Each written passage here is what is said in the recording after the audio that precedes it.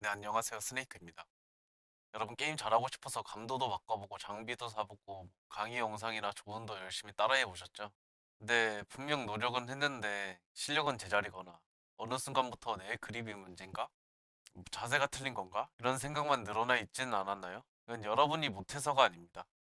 그냥 지금까지 여러분이 봐왔던 방법들이 여러분에게 맞는 옷이 아니었을 뿐이에요.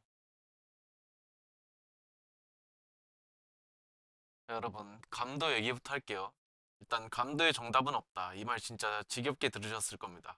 근데 이건 실제로 게임마다 프로 선수들의 평균 감도, 그리고 포지션에 따라서도 다 달라요. 자, 이게 뭘 의미할까요, 여러분? 자, 감도에는 정답인 숫자가 있는 게 아니라 그 게임 환경에 내 몸을 맞춘 결과만 존재한다는 겁니다. 자, 그럼 여기서 이런 말이 나올 거예요. 아, 그래서 뭐 어떻게 하라는 거야? 정답이 없으면 난 대체 어떤 감도를 쓰고 마우스는 뭘 사야 하죠? 이런 고민부터 하겠죠? 그래서 제가 추천하는 방법이 있어요. 먼저 여러분의 손 크기부터 재보세요. 그리고 내가 하는 게임에서 내가 선호하는 감독 풋과 내가 하는 포지션을 잘하는 프로 선수 세팅을 찾아보는 겁니다. 프로 선수 손 크기까지 일일이 다 알 수 없지만 선수가 쓰는 마우스 크기, 감도, 뭐 플레이 스타일 뭐 이런 건 다 검색하면 나오겠죠? 예를 들어가지고 오버워치에서 서브 힐러를 하신다.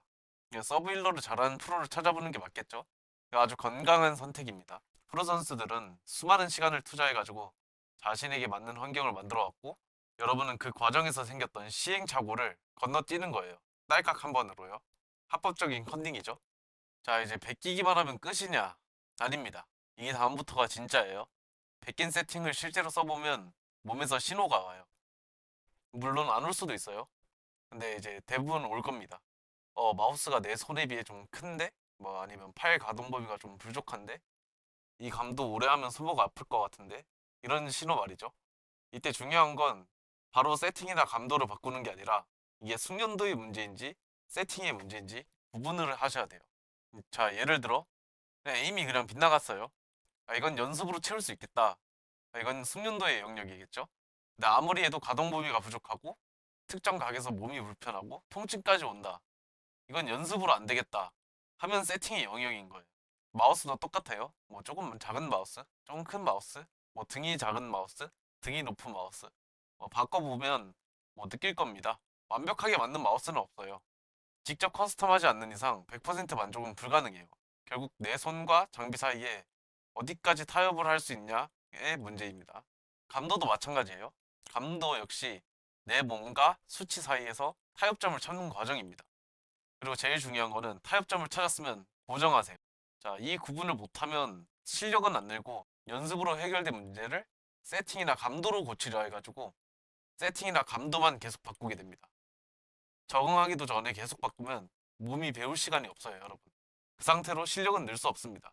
고정하고 시간을 주고 직접 게임을 하면서 이건 연습으로 채울 수 있는지 이건 세팅으로만 해결되는지 여러분이 구분을 잘 하셔야 됩니다.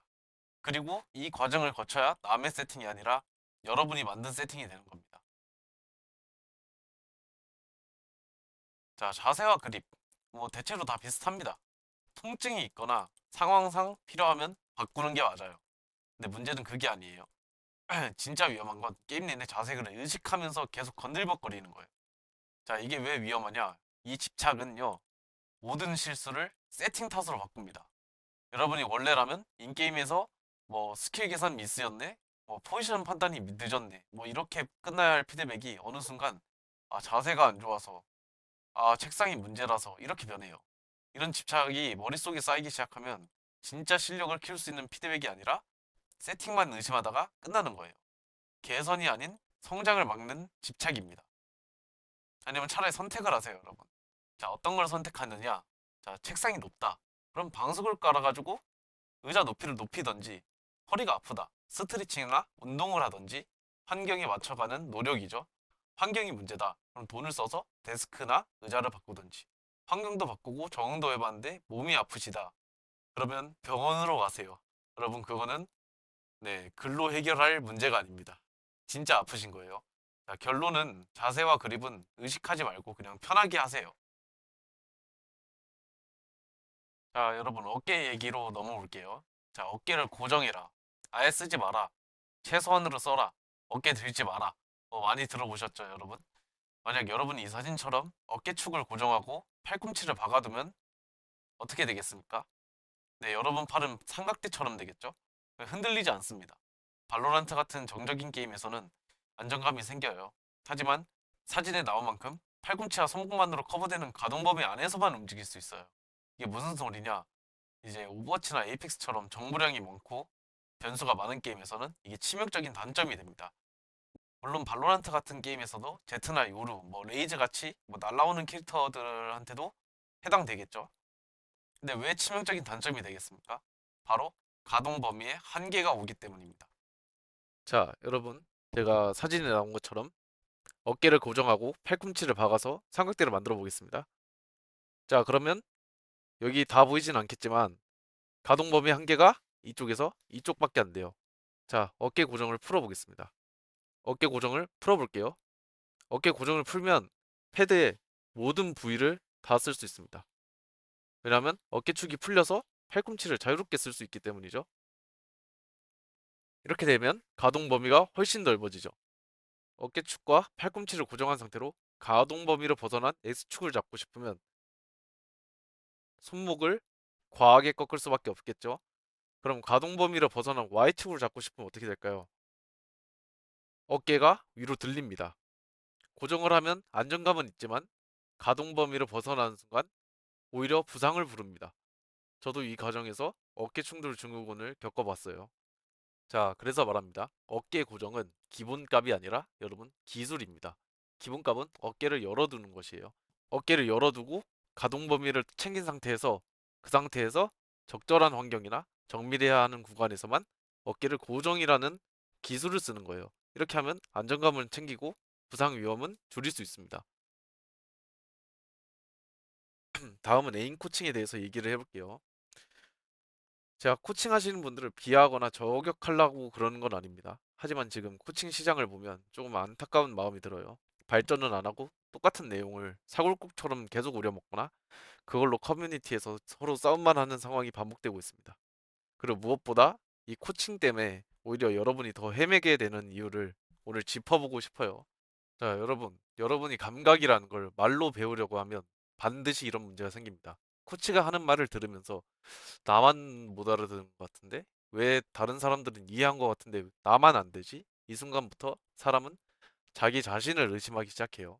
자, 제가 단언컨대 감각이라는 건 말로 설명해서 사람이 습득하는 게 진짜 거의 불가능합니다.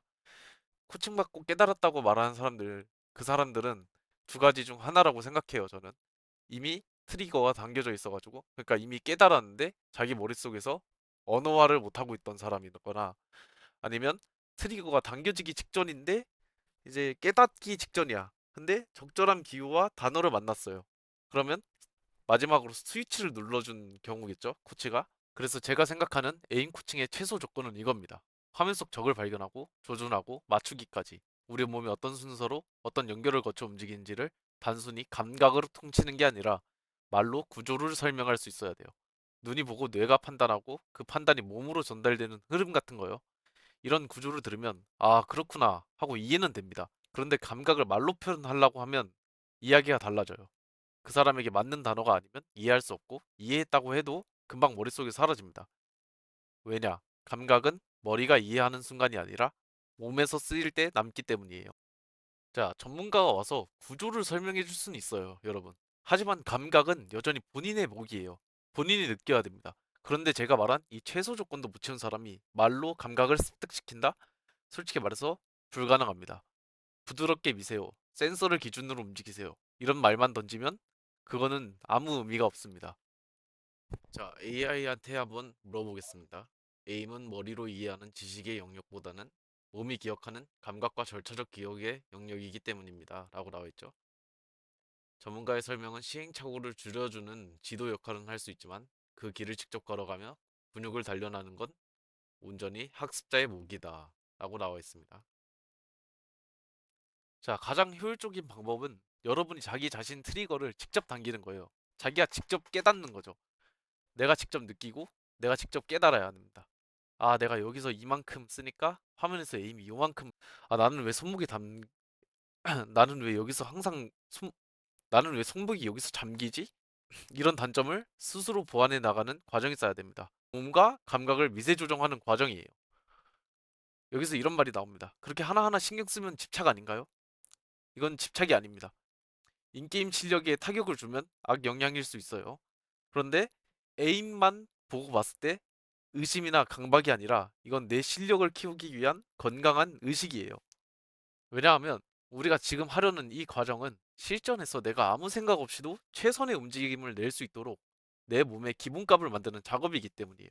우리가 흔히 말하는 매드무비에 나오는 에임 상태는 아무 생각 없이 가만히 있는다고 갑자기 생기는 게 아닙니다. 오히려 처음에는 머리가 아플 정도로 생각하고 그 구조를 내 몸에 납득시킨 다음에야 찾아오는 겁니다. 즉, 지금 이렇게 의식적으로 구조를 잡는 이유는 나중에 게임 안에서 아무 생각 없이 오직 적에게만 집중하기 위해서입니다. 이건 인게임 지식에도 해당이 돼요. 자, 이런 고민을 하면서 반복 훈련을 해야지 그렇게 과정을 쌓아 올린 경험치가 흔히 말하는 임계점이라고 하죠. 그 임계점에 도달하면 여러분이 직접 트리거를 당길 수 있게 되는 겁니다. 이렇게 한번 길을 제대로 닦아두면 게임을 좀 쉬다가 감을 잃어도 다시 되찾기도 정말 쉬워집니다. 자, 그런데도 여기서 멈춰 있는 사람이 있어요. 반복 훈련도 했고 몸 쓰는 법도 아는데 결정적인 순간에 트리거가 안 당겨지는 뭐 결정적인 순간인데 벽을 못 넘어. 그때 필요한 건 양질의 데이터입니다. 한국에서 답이 안 나면 해외를 보세요. 해외는 우리보다 FPS를 먼저 시작했고 그만큼 양질의 데이터가 훨씬 많이 쌓여 있습니다. 자, 근데 영상을 보다 보면 결국 정답은 안 알려주고 그냥 시험지만 나눠주는 거 아니냐, 책임 회피하는 거 아니냐라고 생각할 수 있어요. 맞습니다. 저도 아까 말한 네임 코칭의 최소 조건을 완벽하게 충족한 전문가라고 말하지 못해요. 저는 대학도 안 나왔고 현장에서 찝어주지도 않습니다. 그걸 채운 사람은 한국에서 한두 명밖에 없어요. 그래서 무조건 이렇게 해라 라고 말하진 않습니다. 제가 이 영상을 만든 이유는 여러분의 선택지를 넓혀주고 싶기 때문입니다. 자, 이 내용이 나는 가볍게 게임하는 사람인데 너무 무겁다라고 느껴질 수 있어요. 그럴 필요 없습니다. 너무 무겁게 생각하지 마세요. 여러분의 목표는 최정상의 필요도 없습니다. 내 기준에서 만족하면 되는 거예요. 이 얘기를 하는 이유는 여러분이 쓰는 귀중한 시간에 퀄리티를 높여주고 싶기 때문이에요. 남이 떠먹여주는 말에 너무 의존하지 마세요. 이 영상도 제 경험과 생각일 뿐이에요. 도움되는 부분만 골라 가져가세요. 여러분, 지름길은 없습니다. 시청해주셔서 감사합니다.